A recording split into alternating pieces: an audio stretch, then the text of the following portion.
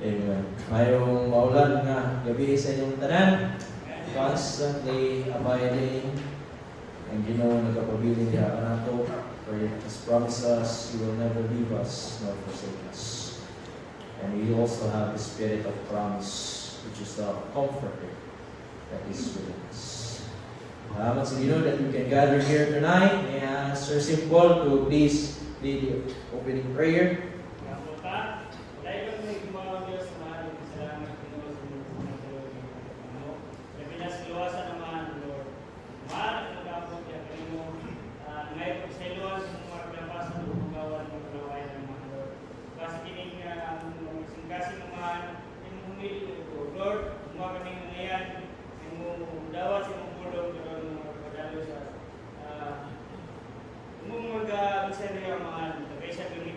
Lord, mabutunan sa mga kasing-kasing mahimo na mong giya o kini magkatultol ka na mo diin ikaw amahan ng mga madayag o himaya. Lord, wala kami mahimo karon kung wala ito sa mga liwala sa tanan dumugmaya amahan ng mga in Jesus name. Amen. Magaling ko ang tanan. Na tatawagon ito pa special number karon no? Diba? Sige, natatawag ang solo. Ay. Si Sir Rex. So, amen.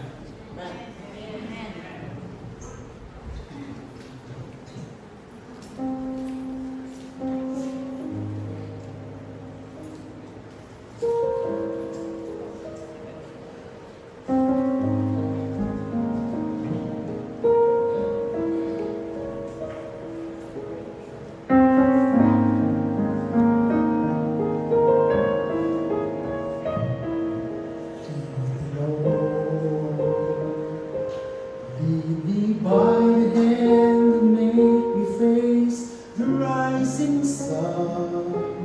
Comfort me through all the pain that life may bring.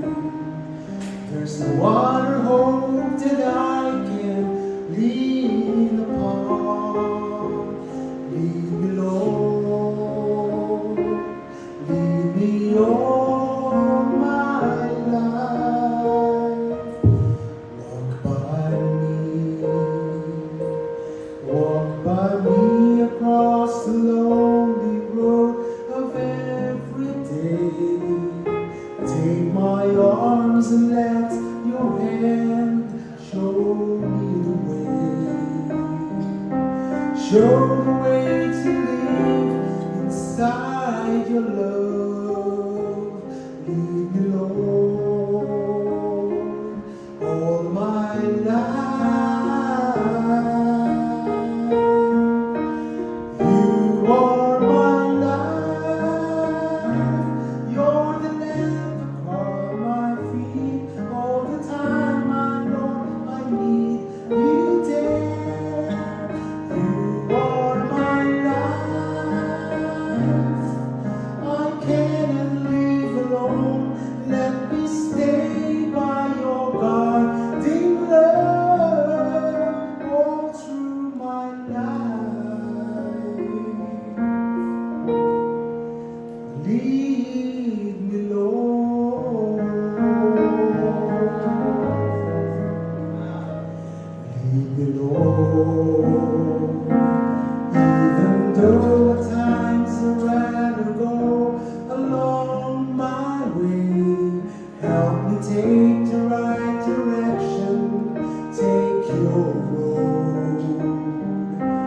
Lead me, Lord, and never leave my side. All my days, all my life. You are my life. You're the lamp upon my feet. All the time, my Lord, I need you there. You are my life. I cannot live alone. Let me stay by your guiding love all through my life. You are my life. You're the lamp upon my feet. All the time, my Lord, I need you there. You are my life. I cannot live alone. Let me stay by your guiding love all through my life. Lead me, Lord.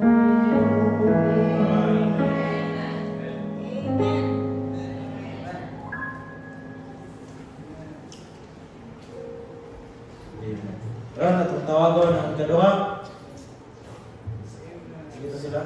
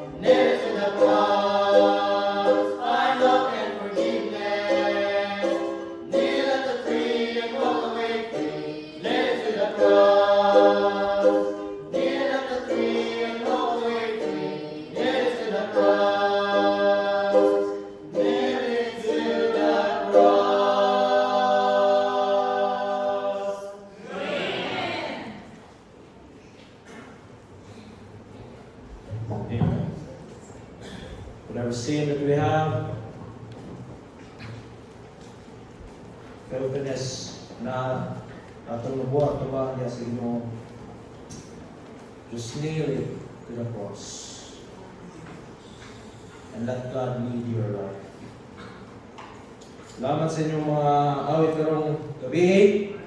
And now let's open our Bible, Psalms chapter 56, verse 3. Psalms chapter 56,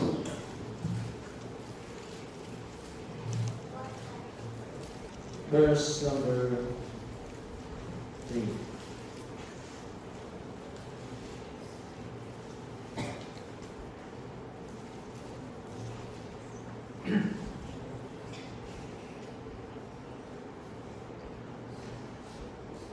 The Bible says, "What time I am afraid, I will trust in Thee." What time I am afraid, I will trust in Thee. Panahon nga ako nahadlok, there's no other way. Taylay buhaton. Salig yan sa iyo. Let's pray. Dear Heavenly Father, Lord God, I thank you for the wonderful singing that we have tonight. Thank you, Lord, for thy grace, thy mercies. Thank you, Lord, for the offerings, sing of praises unto thee this night. Thank you, Lord, that you have gathered us here tonight. That we can ponder, hear thy word, meditate upon it. And Lord, I pray you nail it into our hearts, O God, Lord. Put it into our hearts and minds. Plant it firmly, O God, Lord, that it may bring forth fruit. And I pray, dear Lord, may ikaw ginong panalangin sa tayo sa Lord. Help us, Lord God, to accept thy word humbly, O God. And I pray, Lord, it may prevent the devil that will distract us, Lord. Help us to focus on thee, O God, and everything that we. In Jesus' name I pray. Amen. Amen. Simple verse. And a short verse. Short ang verse, pero ako lang kung taas ba ng wali. Pero, it's very simple. Very short and very direct verse we have here tonight. What time I am afraid, I will trust in Thee. This is a Psalm of David. If you look at, makita mo na dito, verse number 1, iklaro na. This is to the chief musician upon Jonathan L.M. Rekokim, Miktam of David, when the Philistines took him in Gath. When I say Miktam, it means prayer. This is a prayer of David when the Philistines took him in Gath. Now, nasayo ta sa kinabuhi ni David. He is a prominent or iladong character diha sa Bible. Dagang tao nakailain ni David, labaw na katong siya, commonly he was known for defeating the giant of God, which was Goliath. And David was known also for his greatness. On 1 Samuel, makita natin ang history ni David. Samtang bata siya, ang iyang trabaho sa tigbantay karnero. Apan dili lang siya simpleng shepherd, but he defeated bears and lions when those animals wanted to eat or devour his sheep. So dili ni kung makita niyo, dili ni ordinaryong pagkatao o dili ordinaryong kinabuhi ang nasinati ni David. Bata pa lang po, gipili niya si Goliath, which was a giant. Goliath na mao'y kung 200 veterano sa pakigubat, pakig-away. And all the days of David were the days of war.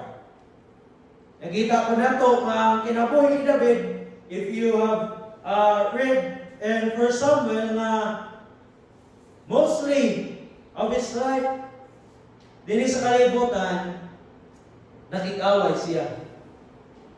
And kung ato pa ning tanawa ng kinabuhi ni David, mura na siya NPA, vigilant, kay tungod, or vagabond, kay tungod, samtang siya nakig-away, ano na po'y nasuya niya. And one of it was Saul.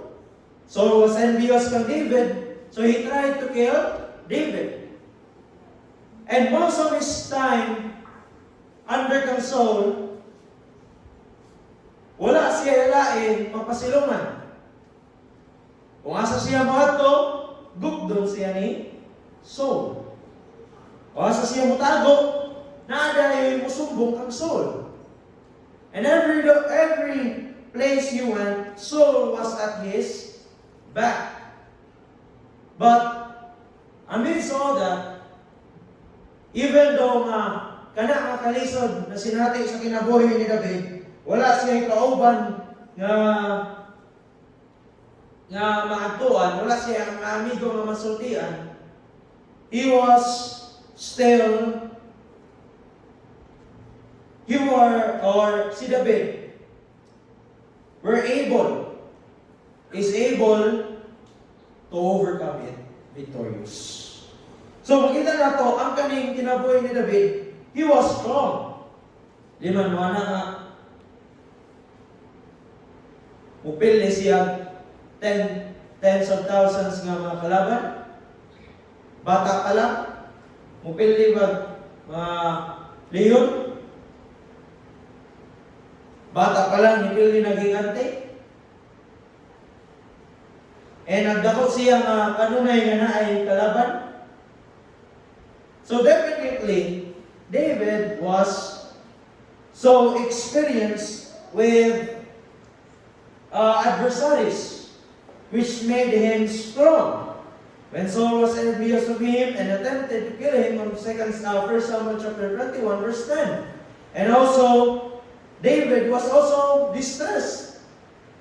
It's about on 1 Samuel chapter 30, verse 6, kung makita ni Mudra, he was surrounded by enemies. Wala ni siya kauban ini, siya na lang gidusa. That's why he was distressed. And also, David was afraid when he went to Gath.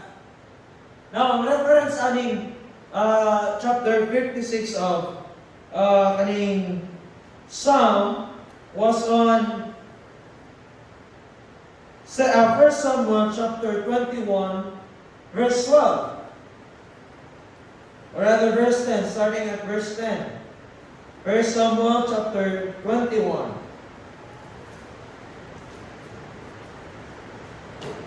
And David arose and fled that day for fear of Saul, and went to Achish, the king of Gath.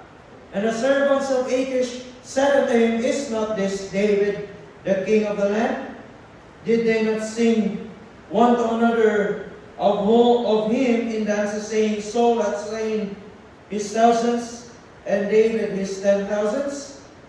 And David laid up these words in his heart, and was sore afraid of Achish, the king of Gath, and he changed his behavior before them, and feigned himself mad in their hands, and scrabbled on the doors of the gate, and let his spittle fall down upon his beard.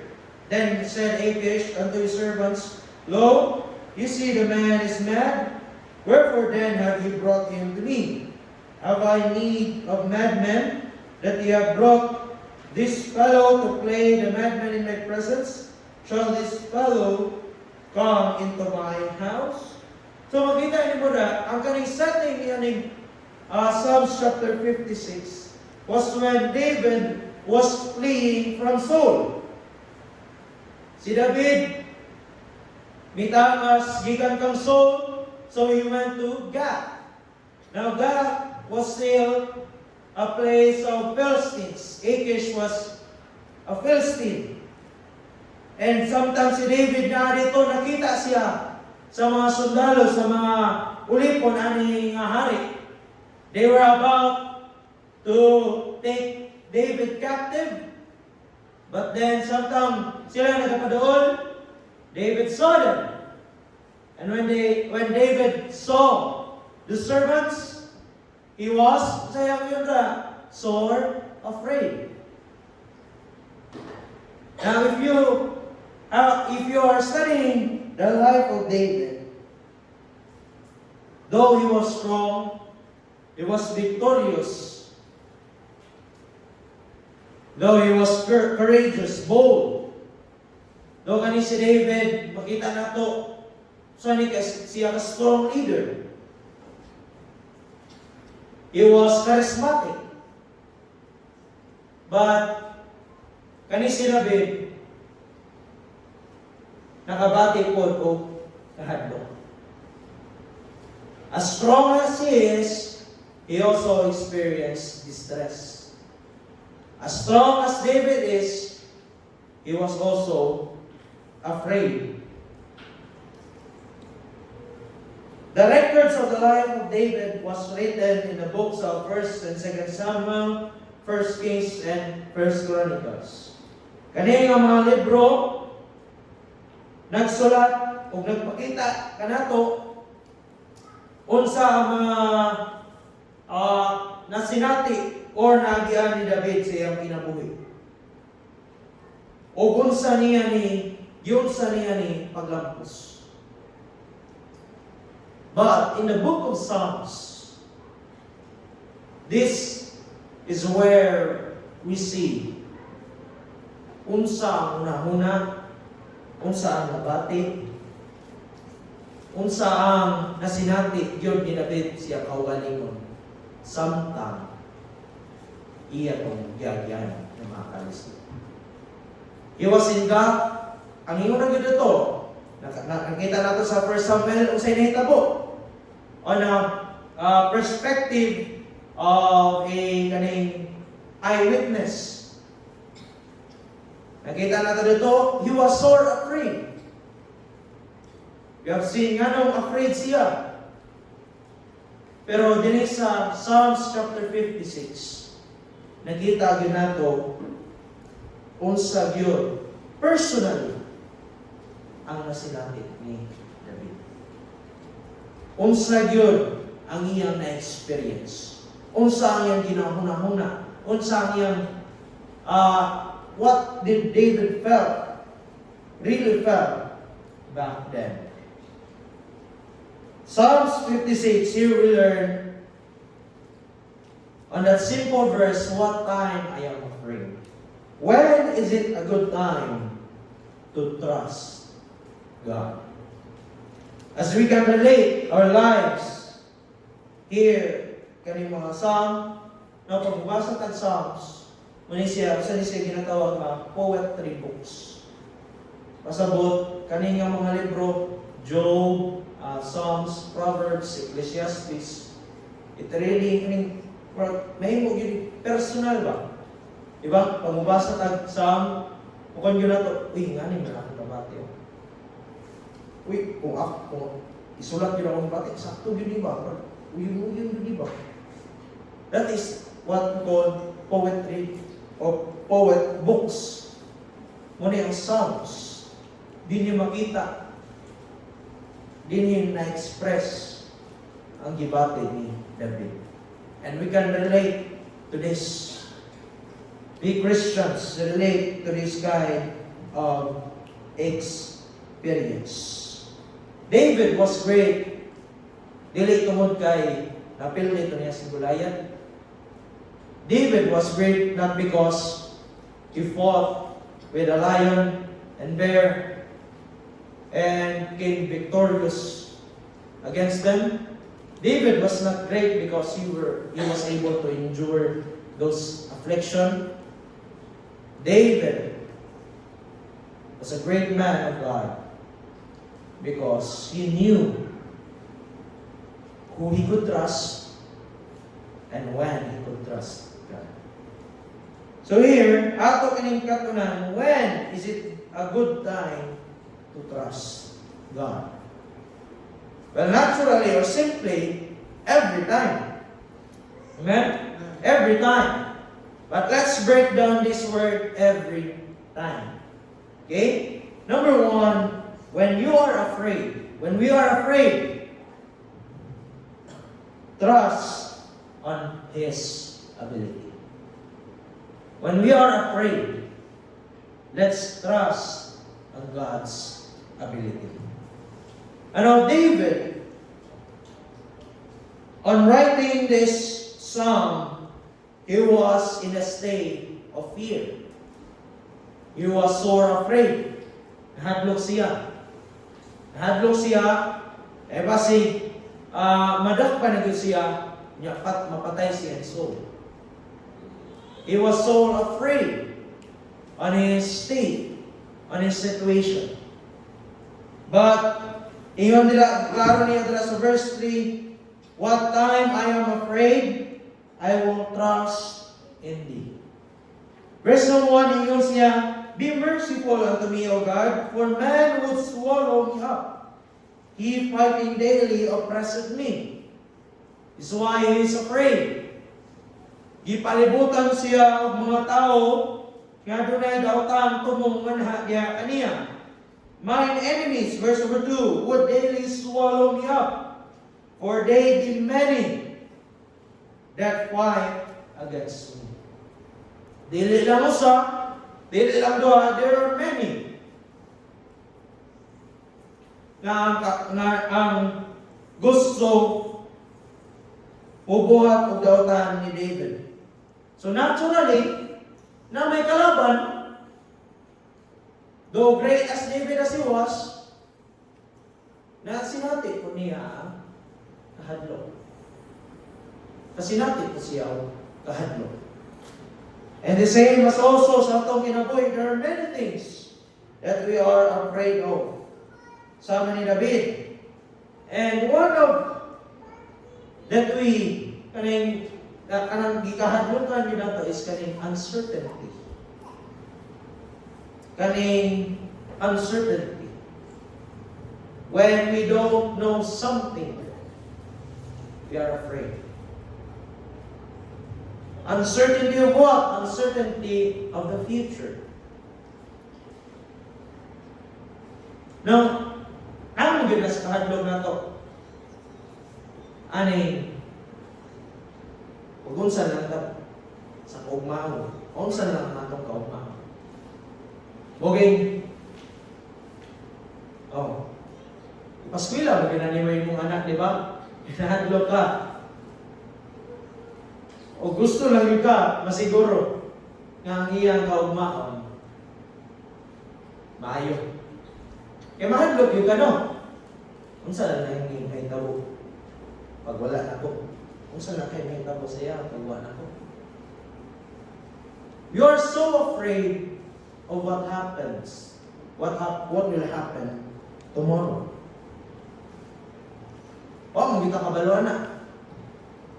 For tomorrow will bring forth anything. Wata na sayo, kung siya may tabo-ugma. Karon, lipay kita pag-ugma, bulo na. O pinipod, karon, problemado kayo ta pag-ugma. Sa mo ko problemado. There are dozens of things that we are afraid of. Mahadlok ka, kasi may tabo. Sa umaabot, question ka, may mo ka akong successful, no?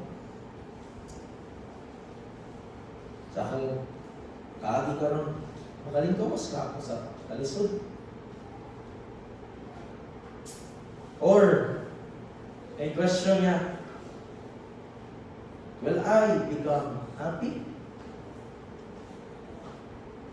Or, will things change? Na ba kaning pag-asa ng akong kinabuhi? All those fears, ni kani may ano ni kahadlok na to sa umabot nahimo kang paranoid. Ano, when we fear something, we ought to take mga precautionary measures. Yung isag, labo mahitabo. Pero lagi na, basig mahitabo nilo, maniguro lang kita. Diba? This uncertainty of the future, we fear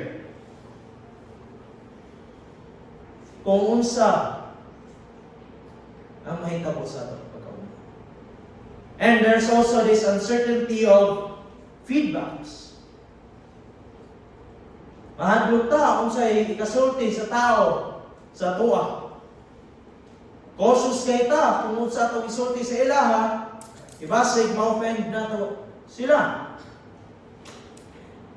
Mahadlok ta kung sultihan na to ang tao sa kamaturan, mahadlok ta ka. Sa kay response ani niya sa kung ano? There's always that kind of fear. Even ako gani, anong mga tagi-gospel tracks, usahay, madlog man ko sa kumantatan. Madlog ko kay, kung kani, makiglanis, yung motokar para ito pagkainit ang ulo, gubot, gipadulkan. O mahadlog po ta sahay kay kaning rejection. There's always this kind of fear of rejection. Going out there, preaching the word. Sometimes, curious ta or cautious kay ta. Sa unsay patiyong nila. Sa unsay mga unawan nila sa tuwa. Muna, may mo nanin dahil sugar coating. Muna nga miskag. Kinahanglan na siya o review. Kinahanglan na o correction. I-sugar coat na lang. Ano? There's this fear of uncertainty of the feedback. And also there's this uncertainty of the foe. Now, this one, you have to accept already na sa atong kinabuhi, nagintay kalaban. And the foe that we are facing is not our neighbors,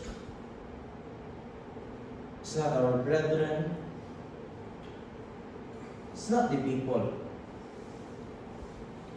it's the devil. And kaniya ang atong kalaban, the devil has many, countless, di mayahang na pamahagi aron mabitan ka, aron mapaluta. But we ought not to be afraid of how uncertain he is. We ought not to be afraid of these things. We ought not to be afraid when enemies are surrounding us. When uncertainty is taking hold of us. We ought not to be named mahadlukon, because first and foremost, when God has saved you,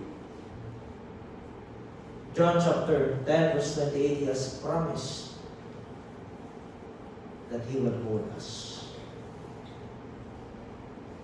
God has promised. Iyang ikuptan ang imong kinabuhi. John chapter 10 verse 28, and I give unto them eternal life, and they shall never perish, neither shall any man pluck them out of my hand. It is God who holds our lives. It is God who holds our future. It is God who holds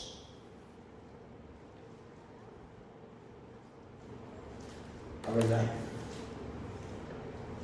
Unang di ta kinahanglan hadlok aning kaugmaon, ani ikasulti sa tao. Di taangay, mahadlok, ani kalaban nato. Because we have God on our side.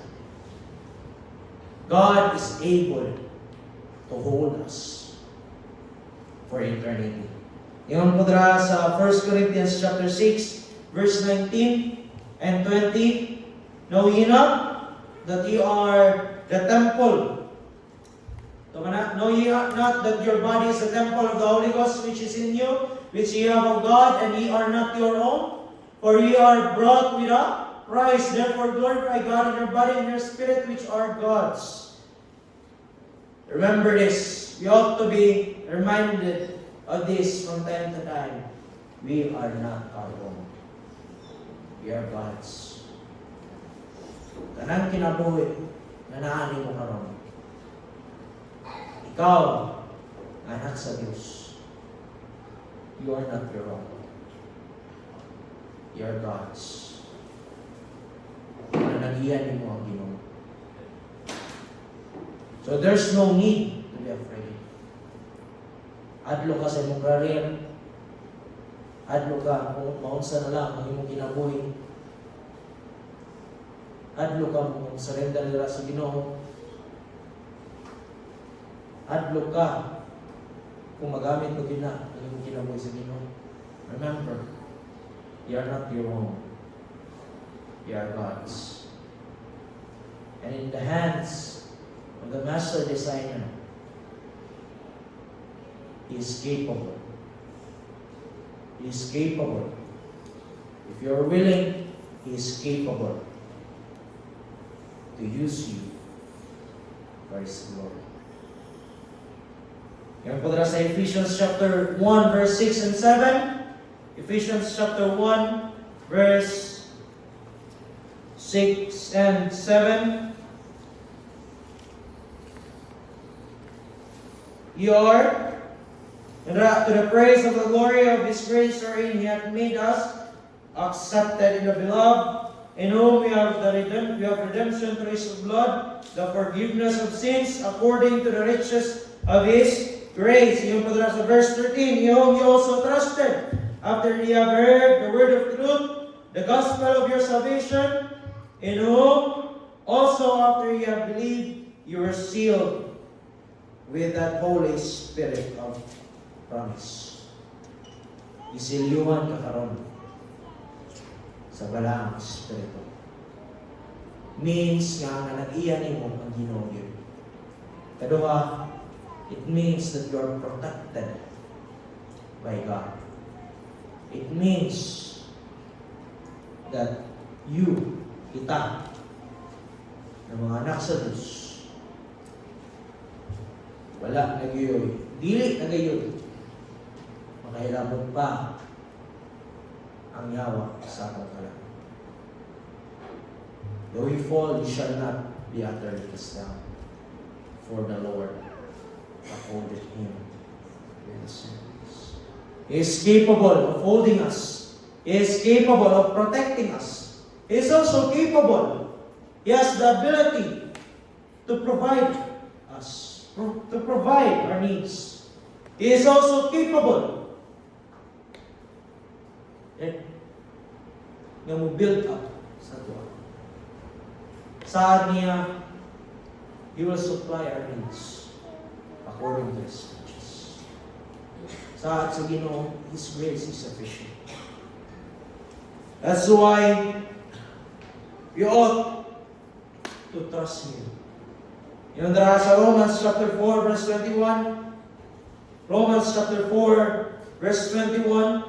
Another good verse that defines what faith is, and being fully persuaded that what He had promised, He was able also to perform.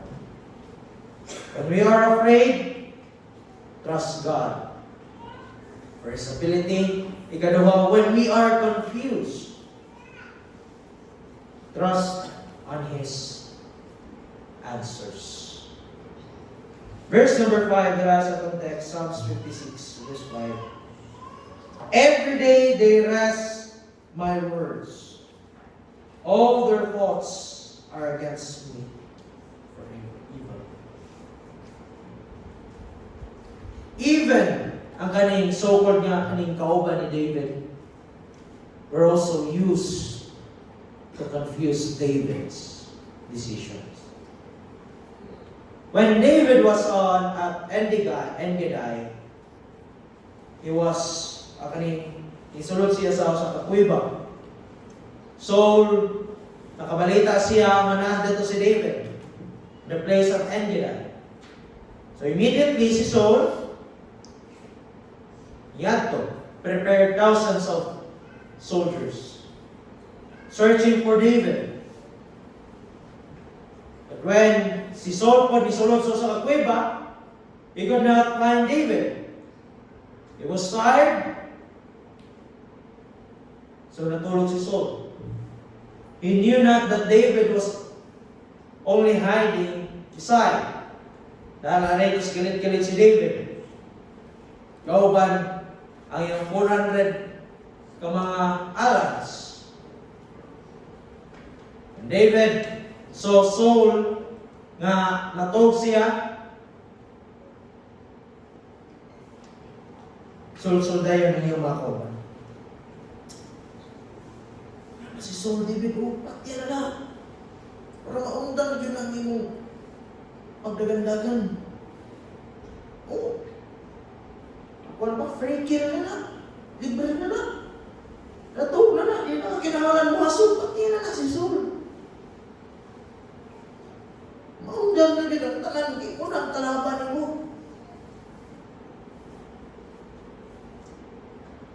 But David decided to spare Saul's life. Why? Because he trusted God. The reason why David did not kill Saul because of God. Ano, waman ko ni mo gipatay? When Saul woke up, he heard David, and David reasoned out. Because God had anointed you to be our king. It's because of God.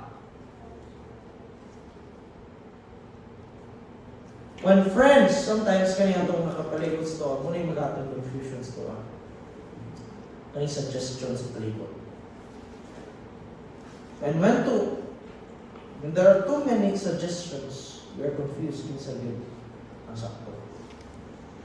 The words of the foes keeps leeching on his mind. Maniniwan si David, they wrest my words. All their thoughts are against me for evil. Confusion is not of God. It is of the devil. Confusion, our foe, Satan, is using this tool since the beginning. Since the beginning of man, iya kaning gigamit ngadto ang iba. And here po sa Isaiah chapter 9 verse 5, for every battle of the warrior is with confused noise. Kada atubang nato diha sa pangkalaban, he always bring out confusion. Ingon din siya kung nakaiba, ye had God said. He wanted to confuse Eve of God's word. He wanted to bring doubt on God's word. Ye had God said. But when David, now notice, when David was maka-encounter siya of such confusion, his attitude was seen in 1 Samuel chapter 23 verse 1 to 3. When David was faced with a decision, Ingon ra verse 1. 1 Samuel chapter 23 verse 1. Then they told David, saying, Behold, the Philistines fight against Keilah, and they robbed the threshing floors. Therefore, David inquired of the Lord, saying, Shall I go and smite these Philistines? And the Lord said unto David, Go and smite the Philistines and save Keilah. Again, iyan yung gibalik. Verse 4, Then David inquired of the Lord yet again. When meeting or when facing with such decisions, no, life is full of decisions. Mata pala natin sa buntag, decision ta, kung hamon ba o di. Pagbangon, mo decision ba kung asa ba ito. CR, cellphone, or Bible. And, so na decision, kung basa Bible, decision pila ka o chapter. Kasama. Sa verse, sa chapter, or duha. Or, kung sa cellphone, ang sa'yo na click, Facebook, Twitter, Instagram, YouTube, kung sa man. And upon deciding a decision, ano po yung decision? Di ba? Life is full of decisions. Puno tayong decision. Una, from time to time, mo gini ang atang isayawa because He knows we are full of decisions. We're all constantly, even kay ganina, decide, yoro, kung na yoro ka, simpa ko ng gabi, ang matang basa ang Bible, dili. Ampo ba? Pero hindi. Kung na, matag ka nun eh. Go to God. Inquire. Pangutan na diya sa dito. Ay, sige. Sige lang. Fortune cookie. Or kanang dula ka. Kung sa akong piliyon. Or paano mo. Pag or kanang heads or tails day. Kanang heads or tails. Pag ayak, simba ko. Pag kulong, dili ko. Ting! Nagdahong yung kulong. Ayak, sige simba ta, kaya hayang mo. Dili ka. You must not base our decisions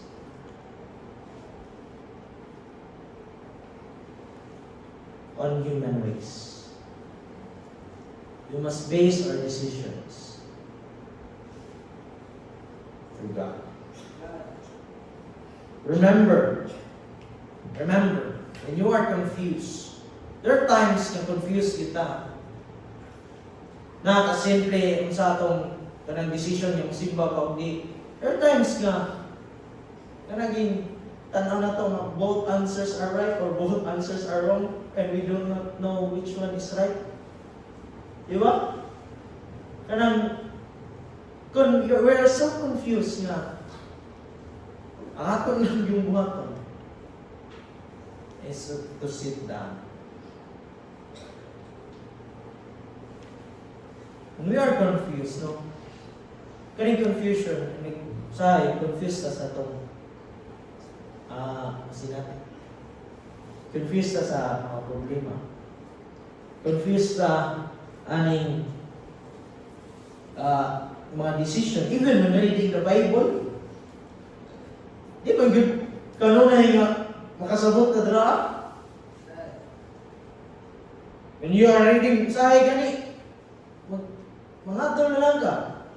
Yung mga ulo kung saan ko sabutan? Admit it, di ba? Miskan pag kada adlaw kang basag Bible,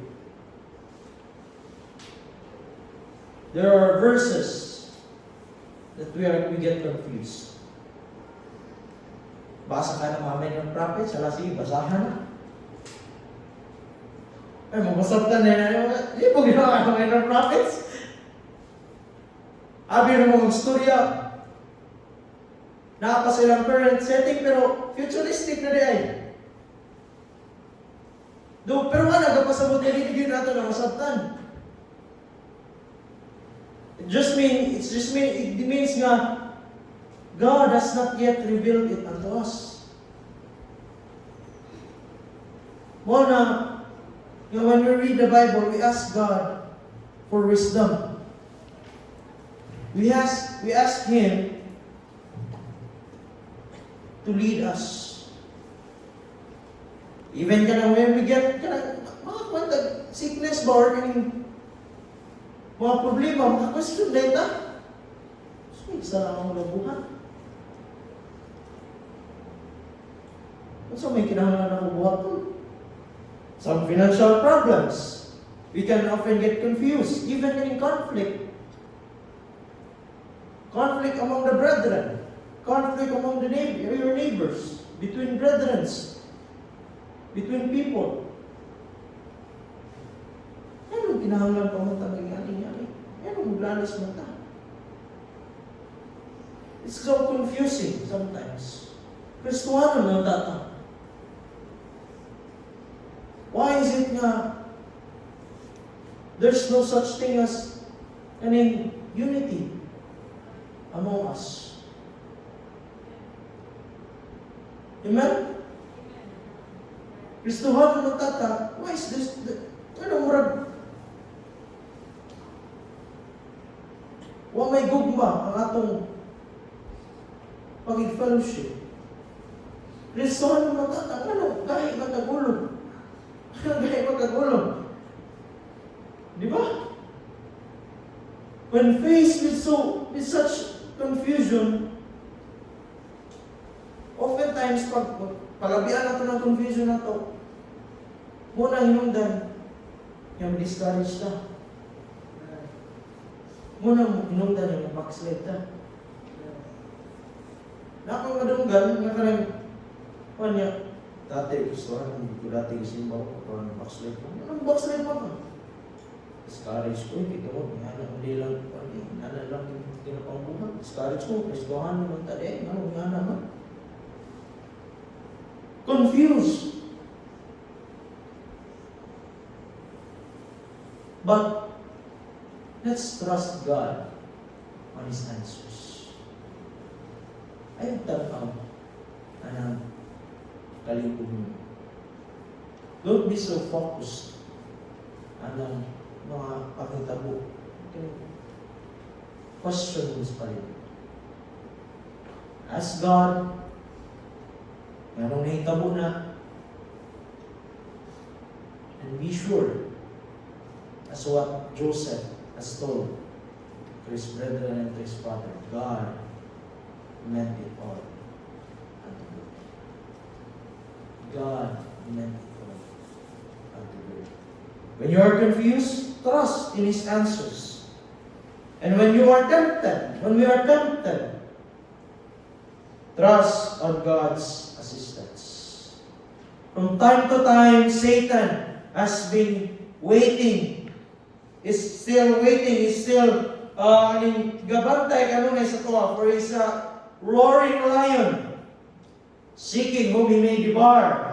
He is waiting privily, so that we get snared by his traps. Yun sa verse 6, on our text, they gather themselves together, they hide themselves, they mark my steps when they wait for my soul. They are coming, pagawa sa ito, they even pagawa sa ito dahil, gawulat na nangyawa na mabitag ka sa iyong malitan. Our foe is a roaring lion. He is waiting for us to get snared. He is bringing or always preparing his traps ahead of us. Tempted ka to fulfill our lusts. Tempted ka to satisfy our pride. Tempted ka to incite conflict. Tempted ka na kaning anger nato mo burst and we ought or kaning sa pag kaning mapuno ka ba? Kalamit lang bibi mo sumbagon. Ang puno ka, gisumbag bibi mo.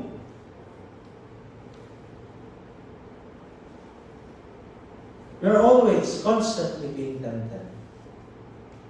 And we are also tempted to stop. We are also tempted to stop. Daghang tentasyon ang moabot sa atong kinabuhi. But God has promised us an assistance. Tempted ka to do things corruptly. Tempted ka to cheat on someone.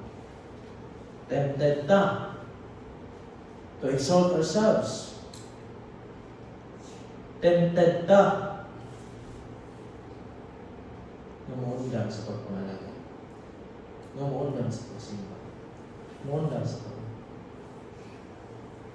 But remember, folks, remember, God has promised us an assistance, a deliverance. 1 Corinthians chapter 10, verse number 13. 1 Corinthians chapter 10, verse number 13, Yudra, there hath no temptation taken you, but such as is common to man, but God is faithful, who will not suffer you to be tempted above that ye are able, but will with the temptation also make a way to escape, that you may be able to bear it. There is always an escape of such temptations. Tintal ka ng manikas na ay ipadala ang Ginoo aron dili ka makapanikas. Tintal ka ng dautan na ay ipadala ang Ginoo na dili ka makapanikas. Tintal ka na gusto kang matuugan sa mong barkada, mag-inom, nigarilyo, na ay assistance ang Ginoo. There's no reason. There's no excuse for it. If we are caught with the temptation and are lost and fulfilled, we sin against God. Kung hindi nato kinahanglan, dili dapat nato masulong ang bantao. Dito ang ubas wala ng tentasyon. It's because God, when we are presented sa tentasyon, naagyunay deliverance. Naagyunay deliverance. Kaya ang Ginoo. Ngayon po dara sa 2 Peter chapter 2, verse number 9. 2 Peter chapter 2, verse number 9. The Lord knoweth how to deliver the godly out of temptation, and to reserve the unjust unto the day of judgment to be punished. Hebrews chapter 11, verse number 25. Hebrews chapter 11, verse number 25. Choosing rather to suffer affliction with the people of God than to enjoy the pleasures of sin for a season. The truth of temptation is that it bringeth forth death, sin, and the truth of sin is for a season. Pleasures for a season. And the truth of it also is that temptation, when there is temptation, na po'y deliverance. Ngayon po dara sa Hebrews chapter 3 verse number 8. Hebrews chapter 3, harden not your hearts as in the provocation in the day of temptation in the wilderness. When temptation is being presented, harden not your heart. Trust God on His assistance. When you are tempted, trust on His assistance. And lastly, when we are abundant. When we are in abundance, trust in God's authority. There are mga butang nga mahadlok ta. There are things also nga confused na. There are things nga gabdental na nato. But even kaning abundance could also become a trap of Satan if we are not careful. Sadly, when David was on the peak of his kaning life or was in his career, as great as he was, as strong as he is, no? As humble as he was, as submissive as he was in the Lord, bata pa lang din siya, he was constantly trusting in God. But on the peak of his career, he sinned against Bathsheba. He betrayed Uriah. He even numbered the people. And there are many times his faith would lapse. Even with his son Absalom.